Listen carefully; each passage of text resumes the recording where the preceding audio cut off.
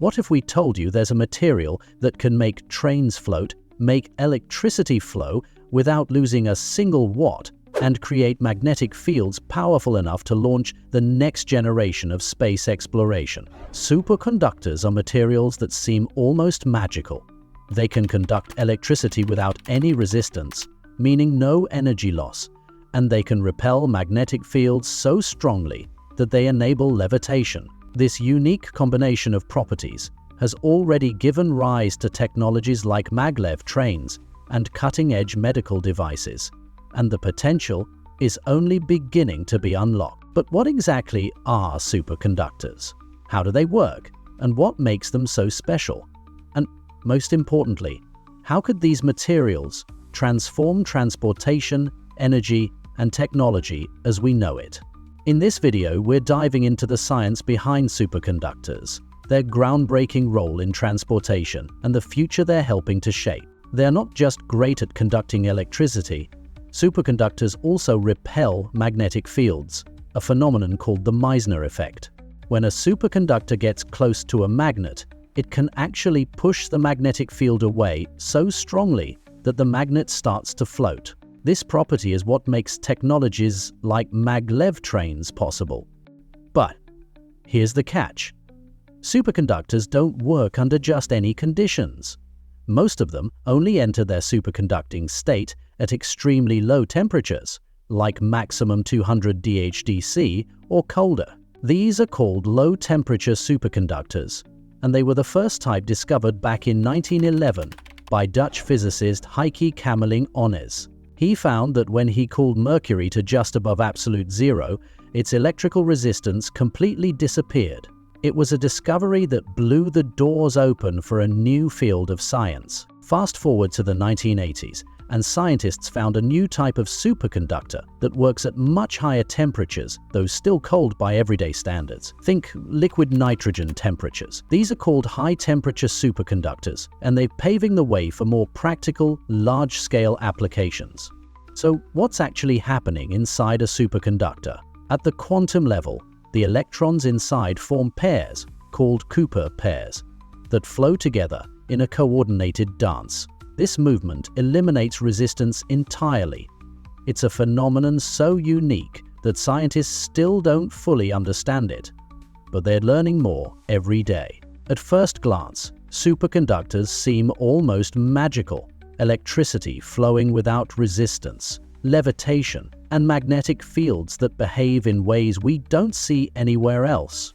But the truth is, it all comes down to some fascinating physics.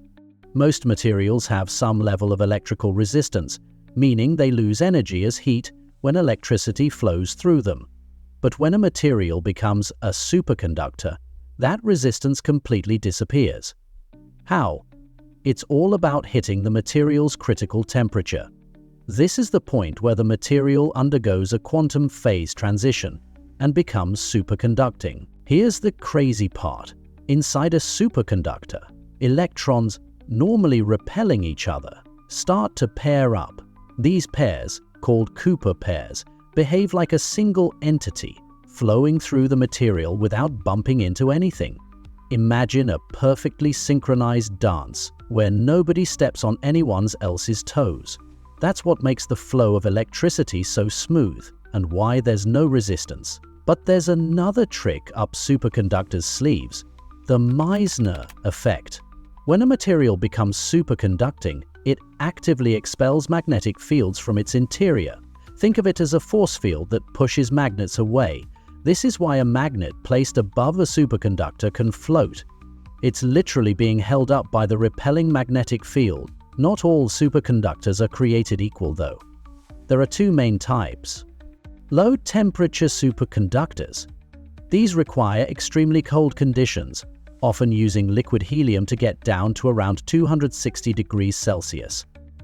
While they're powerful, the cost and complexity of keeping them cold make them impractical for everyday use. High-temperature superconductors, discovered in the 1980s, these work at slightly warmer temperatures, around 196 DeVs. Why does temperature matter so much? As you cool a material down, its atomic vibrations slow. reducing the noise that disrupts electron flow. At the critical temperature, these vibrations calm enough for Cooper pairs to form, and voila, superconductivity kicks in. So why aren't we using superconductors everywhere yet? Two big reasons: temperature and cost. And the materials themselves, like certain ceramics or alloys, are tricky and costly to manufacture. But researchers are working on new materials that could become superconducting at room temperature. If they succeed, it would change everything from energy grids to transportation. Superconductors aren't just cool because they defy our expectations. They're cool because they offer unparalleled efficiency and capabilities. By eliminating resistance and playing with magnetic fields, they open up a world of possibilities, from lossless power transmission to levitating trains. Imagine stepping onto a sleek, futuristic train that silently hovers above its tracks, gliding effortlessly at speeds of over 500 kilometers per hour. No wheels, no friction, just smooth, silent motion. This isn't science fiction. It's called a Maglev train, short for magnetic levitation, and it's powered by superconductors. It all comes down to the unique properties of superconductors. When cooled to their critical temperature, superconductors repel magnetic fields with incredible force, thanks to the Meissner effect we talked about earlier. By strategically placing superconductors and magnets, engineers can create a system where the train literally levitates above the tracks. No wheels mean no friction, and no friction means unparalleled speed and efficiency. The secret sauce is in the tracks. In most maglev systems, the track is embedded with powerful magnets, while the train itself contains superconductors. As the train moves forward, the magnetic field between the track and the train adjusts to keep the train hovering at a stable height. This eliminates the physical contact that causes wear and tear in traditional trains. Let's put the speed into perspective. The fastest commercial maglev train in operation is Japan's SC Maglev, which reaches speeds of up to 603 kilometers per hour. That's faster than most airplanes.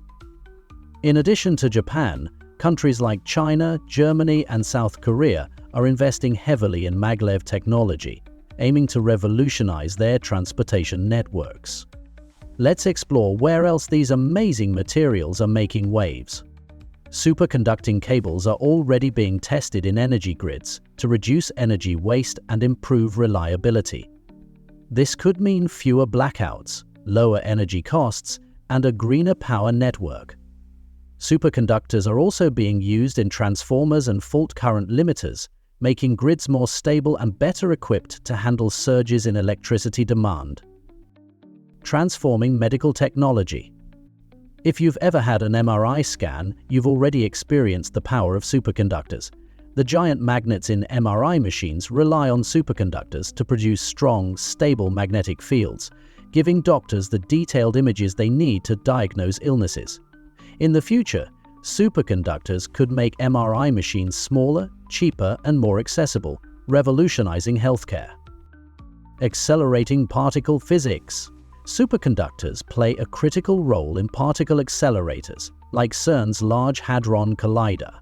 They're used to generate the powerful magnetic fields needed to guide and accelerate particles to nearly the speed of light.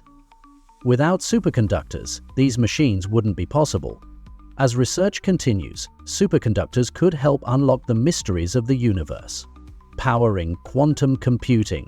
Quantum computers are the next frontier of technology, capable of solving problems that would take traditional computers centuries.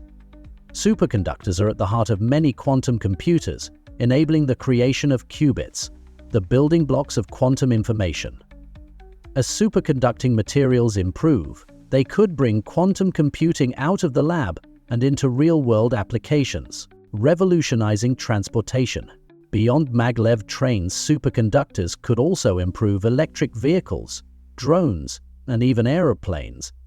Lightweight superconducting motors and batteries could dramatically extend their range and efficiency. Superconductors aren't just a scientific curiosity.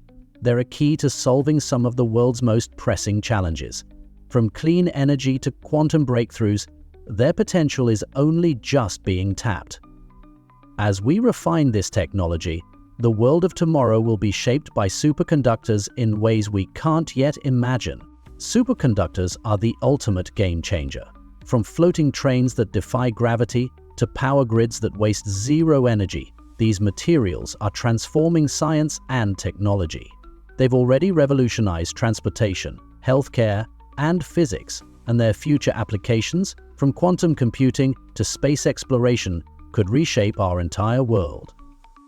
But here's the thing, we're just scratching the surface. While superconductors have incredible potential, challenges like cost, temperature requirements, and scalability still stand in the way of widespread adoption. However, with breakthroughs in high-temperature superconductors and global investments in research, the gap between what's possible and what's practical is shrinking every day. Imagine a future where trains float silently between cities at breakneck speeds. Electricity flows across continents without a single watt of waste. Superconductors are the foundation for this future, and it's closer than you think. If you're as fascinated by superconductors as we are, hit that subscribe button, give this video a thumbs up, and share it with anyone curious about the cutting-edge science shaping tomorrow. Together, let's explore the breakthroughs redefining what's possible, and maybe even dream a little bigger.